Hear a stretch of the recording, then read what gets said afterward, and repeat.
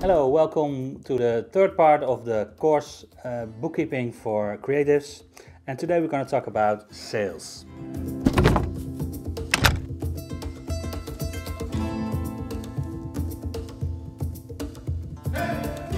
Let's start with the workflow of a sales process, because no matter how small or how big you sell something or you buy something, you always go through these phases, even you don't recognize it.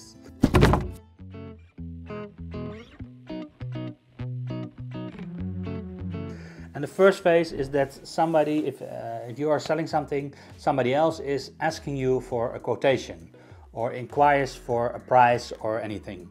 It can be a simple phone call or an email, or it can be like a booklet with demands that the customer wants. But no matter what, you get a request for quotation. And if you want to have this assignment, you can send a quotation. You make a quotation where you name your price and your conditions, and you can send it to your potential customer.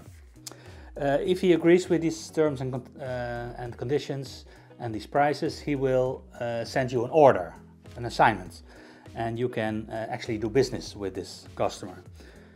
It's nice if you confirm this order, so that the customer also knows that you accepted this order and that things will go according to the plans and the prices that you ask for it. Once you did the work, or maybe even before that, at a certain point you can send an invoice. An invoice is a request for payment to your customer.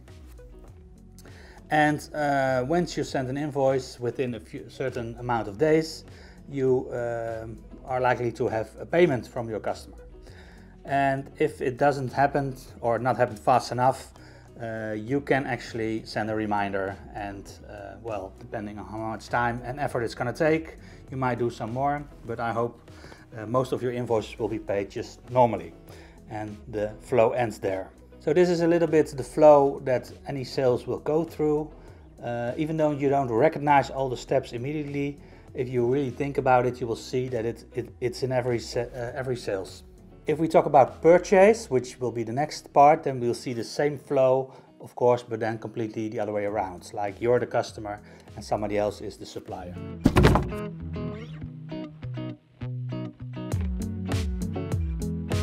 All right, what then a quotation? If you are asked to send a quotation, this quotation is like it's an important document, and it can be just an email with some information about price or about conditions, or even a phone call, but it can also be like a very official document.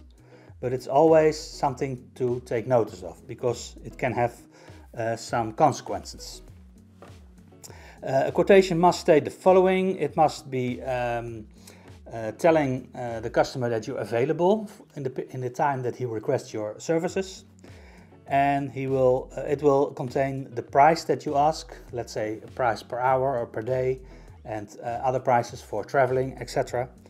And other conditions like the payment terms, how long can the customer wait until payment, and some other things that you think is important. Think about privacy and that kind of stuff. A quotation is not really a financial document, because it's not changing your balance, it's not changing your balance sheet. You don't earn money at that point in the process, but it is a very important legal document, and sometimes it's forgot. People forget this. It's good to have a good quotation and a clear quotation, so you avoid problems in the later phase of this workflow. Make sure that you mention a date until the offer is valid, so that it's not like continuously a valid offer, and make sure that it's done without obligation, so that you actually, if in the meantime of sending your quotation and getting the order, maybe things have changed and you need to reconsider your offer. If you mention that the offer is without obligation, you can. If you don't, legally you're kind of stuck to what you offered. Okay. Make sure that you confirm your quotation if you made it like by telephone, that you always make an email or a letter so that all the things you agreed are kind of stuck on paper and you can always prove afterwards that this was what you agreed. Wise advice.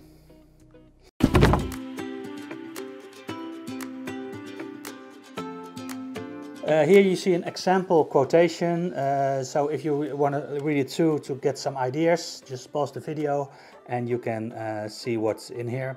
It's just an example, many things can be added or left out, but it's an idea how you can do it.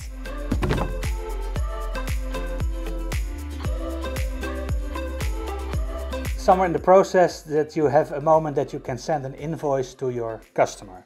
And an invoice, as said, was a request for payment at your customer.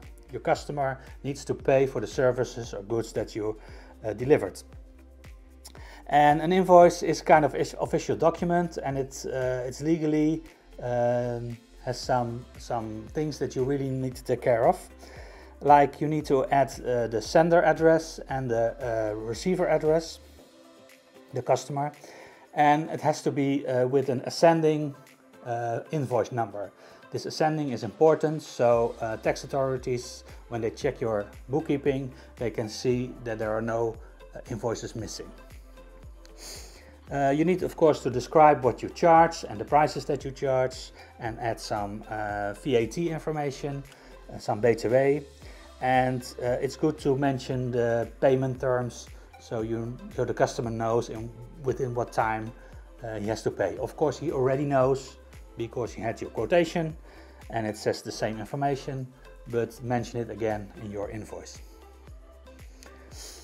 There are more requirements, and you can find it on the website of the tax authorities of the Belastingdienst.nl, and you can search for factuureisen. It's Dutch for invoice requirements. Good, here is an example of an invoice. Also pause the video if you want to examine it more in detail, but it's just it's got all the information that is needed to invoice your customer.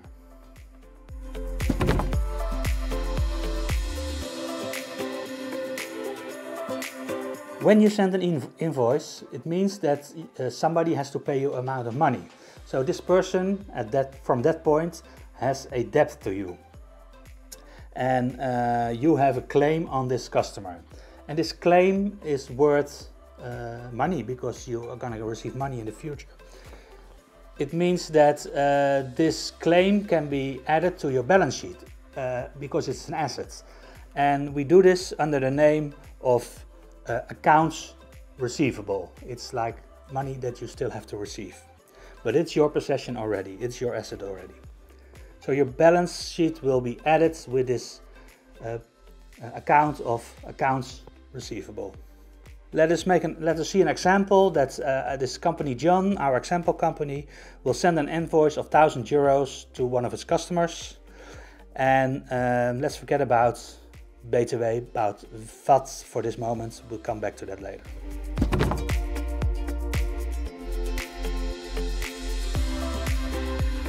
So when we look at the balance after we send this invoice, it means that an extra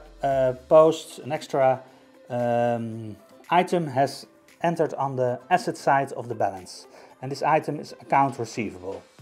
€1,000 is now money we expect to receive from our customer. So you see it's added on the asset side of the balance. But also you see that it changes the total on the asset side and it's not in balance anymore. So there are more things need to change. And because it's an invoice, it's something that we earn. It means our income has increased. And it means that on the other side, the liability side, means the equity is raised from 4,450 to 5,450. So it's also increased with €1,000. And now the balance sheet is in balance again. So whatever happens within your company, this balance sheet will always keep in balance. And in this time it's accounts receivable increasing with 1,000 and equity increasing with 1,000. Because you just made some money, you earned some money. You had a profit.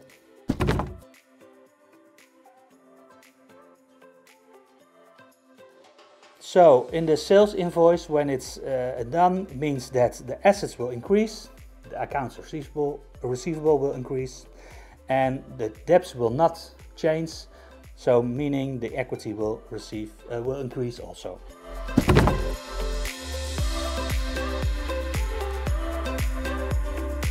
Good.